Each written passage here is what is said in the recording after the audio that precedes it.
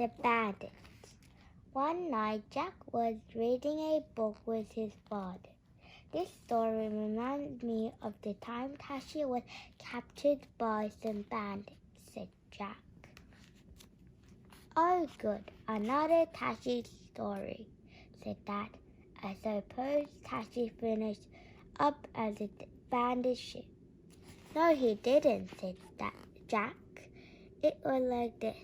One wet and windy night, a bandits or robbers rode into Tashi's village.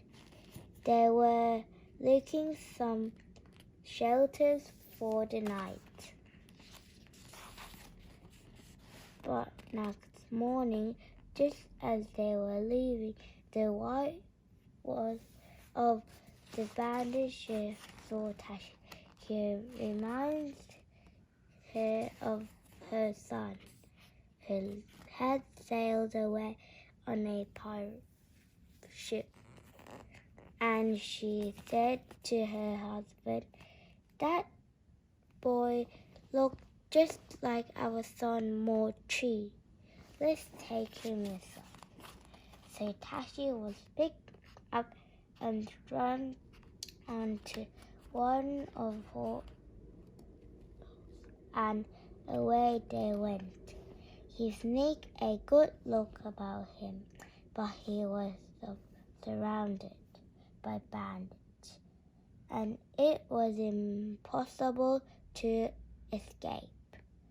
So Tashi had to think up one of his cunning plans. The first night, when the bandits were still sitting around the fire after their dinner, the bandits chef said to Tashi, come boys, sing us a song as Mochi did, of treasures and pirates and fish that shine like coin in the sea. Tashi saw that this was his chance. So what do you think he did? Sang like a nightingale, said Dad. Wrong, said Jack. He sang like a crow. The bandits all covered their ears, and the bandits said, stop, you sing like a crow. He had better come over here and brush my hair like my son used to. Tashi pulled pointedly, but as he stepped around the fire, he filled the brush with dirt and birds, so that soon her hair was full of tangle. Stop, cried the bandit wife, and her husband told her, this boy is not like our son. He sings like a crow and he tangles your hair. Tashi put on a sorrowful face. I will do better tomorrow, he promised. You'd better, whispered the chief's brother. Me too, or I'll boil you in snake oil. The next day, when the bandits moved camp, they pulled all the rice into 3 big bags and gave them to Tashi to carry. When they came to a river, what do you think Tashi did? Well, said Jack. Well, said Dad, scratching his chin. He's such a clever boy, except he carried them over one by one, holding them up high. Wrong, said Jack. He dropped them into the river. The bandits roared with rage. They called to Tashi to mind the horse. Then they jumped into the water and tried to recover the bag of rice that was sinking further down the river. But Tashi reached them first, I suppose, said Dad. No, he didn't, said Jack. And when the bandits came back, all angry and dripping, they found that he had lost all the horses. The robbers began to whisper about the bandits' wife, and me to gave Tashi evil look. It took them a whole day to find the horses again. That night the bandit chief said to his wife, "This boy is not like us. He sings like a crow, he tangles your hair, he loses the rice and catches the horses."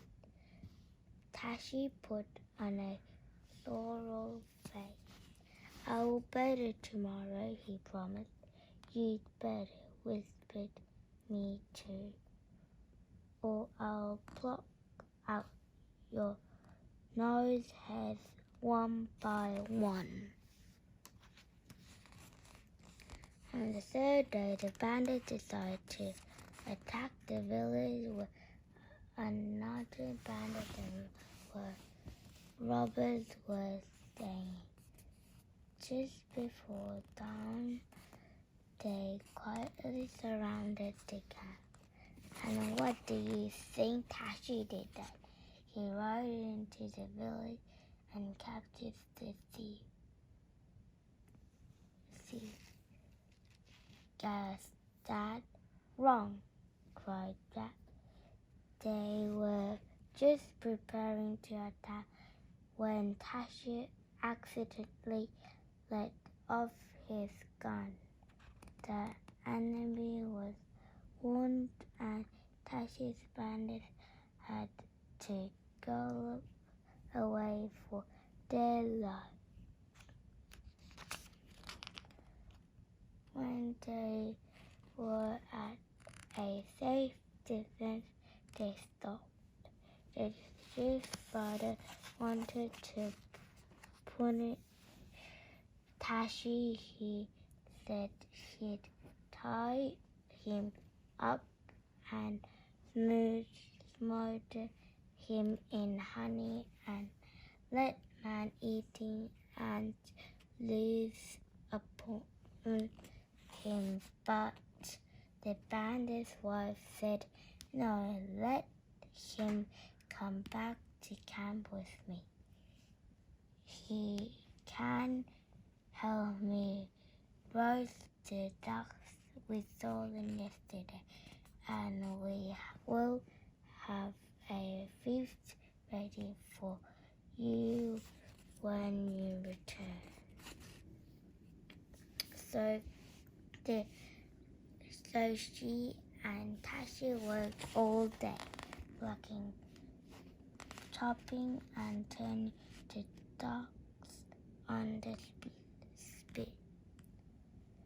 And mouth-watering smells greeted the bandits as they drew near the camp that evening.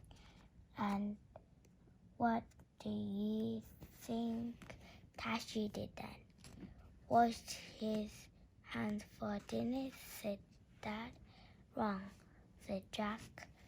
Just as the robbers jumped down from their horses, Tashi stumbled and knocked a big of cold water over the almost cooked ducks and put out the fire. Enough, shouted the bandit to his wife. This boy is not like our son. He sings like a crow, he tangles your hair, he loses the rice, he scatters the horse, he warns out enemies, and now he has spoiled our dinner. This is too much. And he turned to Tashi. You must go home to your village now, Tashi. You are clumsy. Unless boy with no more brains than the duck you ruined. Tashi smiled inside, but he put on a soulful face and turned to Bandit's wife. I'm sorry that I wasn't your son, he said, but she was already on her way down to the river to fetch some more water.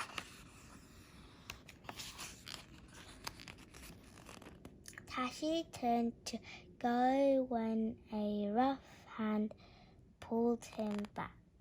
You don't deserve to go free, Duck Spoiler snarled. Me too. Say goodbye to this world and hurry to the next, because I'm going to make an end of you. But as he turned to pick up his deadly knife, Tashi shook himself free and tore off into the forest. He could hear the bandits crashing through the trees after him. But if he could just make it to the river, he thought he would have a chance. He was almost there when he heard a splash. He looked up to see the bandit's wife had slipped on a stone and fallen into the water. Help, she cried when she saw Tashi. Help me, I can't swim. Tashi hesitated. He could ignore her and dive in and swim away, but he couldn't leave her to drown. Even tough, she was a bandit. So he swam over to her and pulled her as whole. By now, all the bandits were lined up along the bank, and the chief ran up to Tashi. Thank you, Tashi. I take back all those hard words I said about you. Fate did send you to us after all. Me to groan and gnash his teeth. Brother, said the bandit chief, you can see Tashi safely home. Oh no, said Tashi quickly. I know the way. And he nipped off up the bank of the river quicker than the wind.